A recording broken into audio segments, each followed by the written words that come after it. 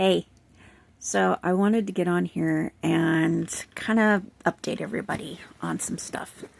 So, I haven't been on social media a whole lot lately, and there's a reason for that. And I kind of wanted to tell everybody because I'm super excited about it. So, let me start where kind of the story starts.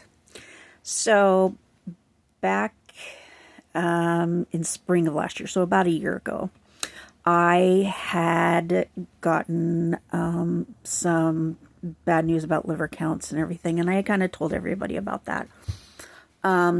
Things have not really gotten better. They still don't know what's wrong with my liver. But in July, I moved into a fifth wheel on a friend's property. So I decided that I wanted to do something different, and I didn't know what, but I kind of decided to do a project. And so I finished the project in around November. And I wrote a book. And I finished it in November. Went from probably the end of July, well, the middle, end of July, wrote it, decided I was going to self-publish. So I found a self-publisher. They were called Melville Publishing House. And they told me they were a branch off their New York publishing house, which I looked them up and everything seemed legit, all this stuff. Paid for a package. And they were supposed to, edit, format, all this stuff, and it was supposed to go on everything. This was the day after Thanksgiving. I was supposed to go home in January. Decided I wasn't going to go home in Christmas this year because the train tickets were ridiculous. So I didn't go home. Had a project manager assigned to me, all this stuff. I was so super excited about this that right after, about a week after, I started writing another book. I'm super excited about that too.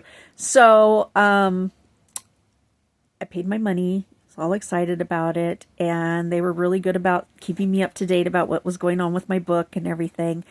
And then all of a sudden, they kind of quit talking to me. Kept asking them updates. Didn't hear anything. I was really getting nervous. And sure enough, they sent me, I asked them to send me back my written transcript because it was my first book. I wanted my written transcript. I wrote everything because I didn't have a laptop or a computer. Oh yeah, we'll send it back. So it never did. They sent me a PDF file. Actually sent me 2 PDF files. One I could get into, one that I could get into, but I couldn't download or edit or anything. I was really kind of upset. So here I am with this PDF file. I don't have a computer. All I have is my phone trying to figure out what I'm going to do. So I asked for a laptop for Christmas, which I was super excited about. Anyways,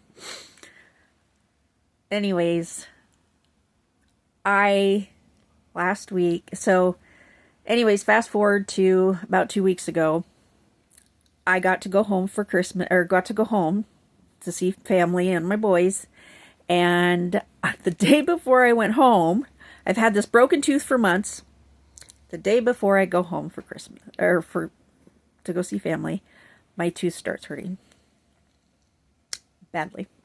Go home, ended up in the emergency room twice while I'm there. I don't drink, never have, but I've had non-alcoholic fatty liver disease for years. And I've always been really careful about not drinking too much, being a good kid. And the Saturday that I was home, I went to go see my big sissy, who I haven't seen in 10 years. Her and our friend Terry and their new house and all this stuff. And I had a hole in my tooth, and the hole had put a little hole in my gums, and I swished with Fireball, which got in my system. I had an infection in there anyway, and I switched with Fireball and drank Fireball. Anyways, long story short, got a little tipsy and fell asleep in her fancy massage chair, and every time it turned off, I would turn it back on. Zero gravity. I was a happy camper. So my trip was wonderful, but not good too because of the tooth. I got home, was really upset about this, so I kept thinking about this book. Well, talked to my counselor about it, and she said, well, why don't you just publish it and put it on Amazon? And I said, well, don't you have to pay for that? She said, no. And she said, run it through an editing thing on your computer and you can do it. Oh my God. Didn't even, I don't know why I didn't think about that. And she said, ChatGPT will do it. She was right. Except for ChatGPT kept lying to me and said, oh yeah, I can do it. I'll edit it for you and format it and all this stuff. And put it in a PDF file. Yeah, no. It'll edit it for you. It won't format it, but it'll edit it for you. And it'll proofread it for you, but it won't format it for you. And it won't put it into one PDF file. So I fought this thing for a week. And then finally I said, what programs will do this for me? And it finally gave me the programs that'll help me, like Readsy and I Love PDFs and all this stuff. Finally,